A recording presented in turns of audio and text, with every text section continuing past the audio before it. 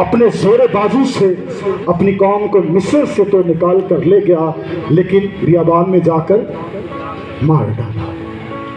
پھر ایسا ہی ہوتا ہے، جو میں نے حوالہ بتایا ہے پڑھ لیجئے گا، کیونکہ میں آگے لے کے جانا چاہتا ہوں، صرف 15 منٹ 10 منٹ اور لوں گا۔ موسیٰ خدا سے شفاعت کرتے ہوئے کہتا ہے، ہائے خداوند ہائے، اب اگر تو ان کا گناہ معاف کرے تو خیر، ورنہ میرا نام اس کتاب میں سے مٹا دے جو تو نے لکھی ہے۔ موسیٰ کو پتا تھا کتاب حیات کے بارے میں، اسرائیل کے لیے شفاعت کرتا ہے کہ خداوند اب اگر تو ان کا گناہ معاف کرے تو خیر، ورنہ میرا نام مٹا دے، تینوں میرے نام دا واسطہ انہوں نے گناہ معاف کر دے، ورنہ میرا نام کتاب حیات جو مٹا دے۔ یہ موسیٰ کہہ رہا تھا خدا سے، تو خداوند موسیٰ کو جواب دیتا ہے کہ اے موسیٰ سن لے، جس نے میرا گناہ کیا ہے میں اسی کا نام اپنی کتاب میں سے مٹا ڈالوں گا۔ اسی کا کیا مٹا ڈالوں گا؟ نام۔ یعنی کہ مقدسین کے نام ریکارڈ کیے جاتے ہیں ایک خاص کتاب کے اندر، جس کو ہم زندگی کی کتاب بک آف ایٹرنل لائف کہتے ہیں، یعنی کتاب حیات۔ یسوع مسیح مکاشفہ کی کتاب باب 5 کے اندر یہ فرماتے ہیں، باب 3 کے اندر، جو غالب آئے اس کو اسی طرح سفید پوشاک پہنائی جائے گی، اور میں اس کا نام کتاب حیات میں سے ہرگز نہ کاٹوں گا، یعنی مٹاؤں گا نہیں۔ جو غالب آئے ان کے نام کتاب حیات میں برقرار رہیں گے، قائم رہیں گے، مٹائے نہیں جائیں گے، لکھے رہیں گے۔ یہ وہی بات ہے جو یاوے خدا موسیٰ سے کہہ رہا تھا کہ گناہ گاروں کے نام مٹا ڈالے جائیں گے، راست بازوں کے نام قائم رہیں گے۔ یسوع بھی سیم وہی بات کر رہے ہیں۔ خدا کے پاس ناموں کی نجات یافتہ لوگوں کے ناموں کی لسٹ ہے آسمان پر، یعنی کتاب حیات، اور یہ وہی ناموں کی لسٹ ہے جو مقرب فرشتہ کی آواز کے اندر ہے۔ یسوع کی للکار میں مردوں کو جلانے کی قدرت ہے، کیونکہ خداوند خود آسمان سے للکار، جب یسوع آسمان پر للکاریں گے تو مردے ان کی روحیں جو فردوس میں ان کے بدن میں آئیں گی، اور یہ ایک علیحدہ نہیں ہوگا، ایک ساتھ ہوگا، ایک پل میں، ایک دم میں۔ پالوس پر اس مکاشفہ کو کھولا گیا، جیسے ہی آپ للکاریں گے آپ کے ساتھ ہی مقرب فرشتہ کی آواز ہوگی، اور اسی کے ساتھ تیسری چیز ہوگی خدا کا نرسنگا۔ نرسنگا گنتی کی کتاب 14 باب کے اندر نرسنگوں کے مختلف کاموں کا ذکر ملتا ہے، جا کے پڑھ لیجئے گا۔ نرسنگوں کو مختلف پیغام دینے کے لیے استعمال کیا جاتا تھا، جنگ کے لیے، فتح کے لیے، کوچ کرنے کے لیے، الرٹ کرنے کے لیے، ہاللیلویا، عبادت کرنے کے لیے۔ جیسے نرسنگوں کی عید، مختلف نرسنگوں کے ساؤنڈ سے مختلف پیغامات دیے جاتے ہیں، ہاللیلویا۔ اور اب یہ جو نرسنگا ہے، جو آپ کی للکار، مقرب فرشتہ کی آواز اور خدا کا نرسنگا ہے، یہ نرسنگا ان مردوں کے لیے ہے جو مسیح میں موئے، یعنی وہ اپنے جلالی بدنوں میں جی اٹھیں گے اور آسمان کی طرف کوچ کرنا شروع ہو جائیں گے، ہاللیلویا۔ خود آسمان سے للکار، مقرب فرشتہ کی آواز اور خدا کے نرسنگے کو سنیں گے صرف وہی لوگ جو مسیح یسوع پر ایمان رکھتے ہیں، جو پہلی قیامت میں چلائے جائیں گے۔ اور یہ پہلی قیامت کا تیسرا حصہ ہوگا، یعنی کلیسیا کی قیامت، جس میں ہم سب شامل ہیں۔ اور پہلی قیامت کا چوتھا حصہ بھی ہمیں بائبل مقدس میں ملتا ہے کہ یہ کب پورا ہوگا، یعنی ابھی پہلی قیامت چلتی رہے گی۔ پہلی قیامت کو حصوں میں تقسیم کیا ہوا ہے بائبل مقدس کے، اور چوتھا حصہ ہے مصیبت کے زمانہ کے مقدسین کی قیامت۔ جب اس نے 5ویں مہر کھولی تو میں نے اس قربان گاہ کے نیچے ان کی روحوں کو دیکھا جن کے سر پرہ کی گواہی دینے کے سبب سے کاٹے گئے تھے، اور وہ خدا سے پکار کر کہتے ہیں، آئے خداوند، آئے قدوس، تو کب تک زمین کے رہنے والوں سے ہمارے خون کا بدلہ نہ لے گا؟ اور خداوند ان کو جواب دیتے ہیں، اور تھوڑی مدت آرام کرو جب تک کہ تمہارے باقی بھائیوں کا بھی شمار پورا نہ ہو لے جو تمہاری طرح قتل ہونے والے ہیں۔ یعنی کہ پہلی قیامت کا چوتھا حصہ، پہلی قیامت کا لاسٹ حصہ تب تک پورا نہیں ہوگا جب تک کہ مصیبت کے زمانہ کے مقدسین کا شمار پورا نہ ہو لے۔ پہلی قیامت چلتی رہے گی، اور پھر خداوند یسوع مسیح کی 1000 سالہ بادشاہی جو اسی زمین پر ہے۔ ہاللیلویہ۔ آئیے میرے ساتھ نکالیے مکاشفہ کی کتاب، اس کا 20 باب،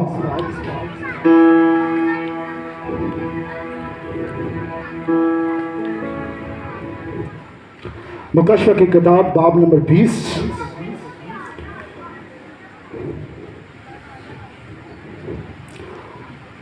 اور اس کی چوتھی آیت کے دوسرے حصہ کو پڑھوں گا۔ وہ زندہ ہو کر 1000 برس تک مسیح کے ساتھ بادشاہی کرتے رہے، اور جب تک یہ 1000 برس پورے نہ ہو لیے باقی مردے زندہ نہ ہوئے۔ پہلی قیامت یہی ہے۔ مبارک اور مقدس وہ ہے جو پہلی قیامت میں شریک ہو۔ ایسوں پر دوسری موت کا کچھ اختیار نہیں، بلکہ وہ خدا اور مسیح کے کاہن ہوں گے اور اس کے ساتھ 1000 برس تک بادشاہی کریں گے۔ کلام خدا کا پڑھا، سنا، سمجھا اور قبول کیا جانا ہم سبوں کے لیے باعث برکت ہے۔ ہاللیلویہ۔ پہلی قیامت کا اختتام کہاں پر ہوتا ہے؟ جی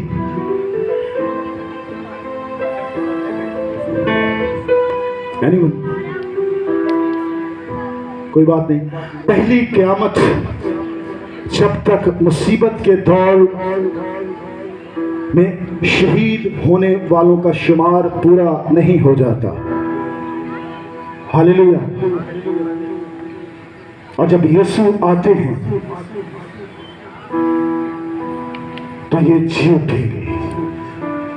پہلی قیامت یہی ہے، اور 1000 سال تک یہ جی اٹھ کر یسوع مسیح کے ساتھ کیا کرتے ہیں؟ بادشاہی کرتے ہیں۔ اور جب تک 1000 سال پورے نہ ہوئے باقی مردے جلائے نہیں گئے۔ پہلی قیامت تو راست بازوں کی قیامت ہے، جنہوں نے نیکی کی ہے زندگی کی قیامت کے واسطے وہ جلا لیے گئے، اور جنہوں نے بدی کی ہے سزا کی قیامت کے واسطے جلایا ان کو بھی جائے گا۔ جنہوں نے نیکی کی ہے یعنی یسوع مسیح کے کلام پر عمل کیا ہے، یسوع مسیح کو اپنا شخصی نجات دہندہ قبول کیا ہے، سر کٹوا لیا ہے، آپ کا انکار نہیں کیا، وہ لوگ پہلی قیامت میں جی اٹھیں گے۔ اب یسوع مسیح کے 1000 سال بادشاہی کے بعد ہم دیکھتے ہیں کہ شیطان کو چھوڑا جاتا ہے، اور پھر بائبل مقدس کی آخری عدالت کا تخت لگایا جاتا ہے، جس کا ذکر اسی باب کے اندر ہے، جسے ہم سفید تخت کی عدالت کہتے ہیں۔ اس سفید تخت کے آگے تمام مردے جو 1000 سال کے بعد جلائے گئے، یسوع مسیح کی بادشاہی کے 1000 سال بعد